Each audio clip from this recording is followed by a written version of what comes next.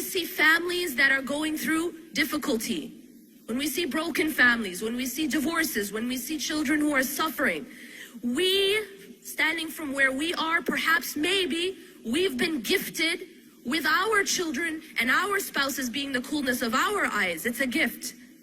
But maybe we're looking at others and judging them.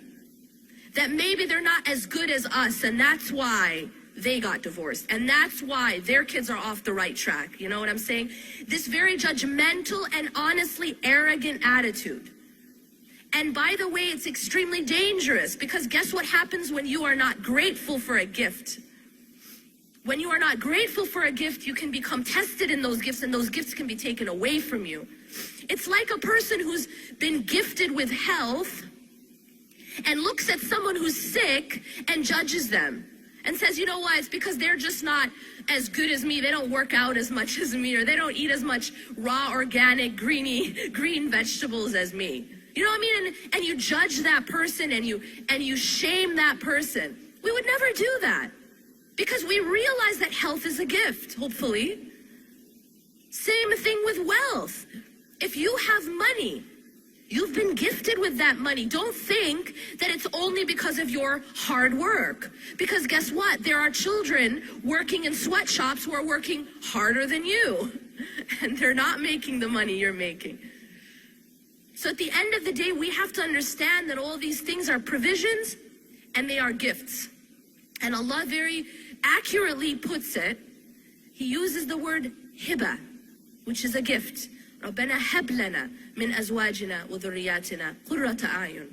That make our spouses and our children the coolness of our eyes. This is a gift. So be careful.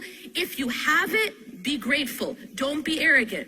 And do not take credit for it. That's very important.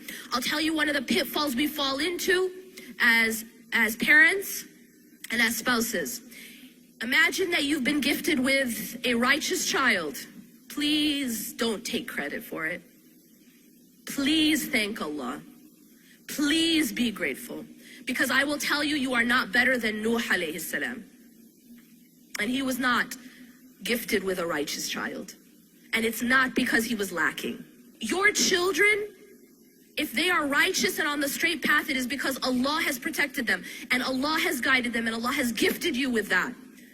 And always remember that even prophets had issues within their family. Lut alayhi salam's wife was not righteous. That's not because he was a bad husband. Ibrahim alayhi salam's father was one of those who was making the idols. Asiya alayhi salam, she was married to the worst tyrant who walked the earth, who used to say, Ana rabbukumul a'la. I am your Lord Most High. Why do we learn about these stories? Because on the one hand, yes, Allah subhanahu wa ta'ala tells us the ideal. He tells us how it should be. But then He's also giving us examples that even the most righteous had issues in their family.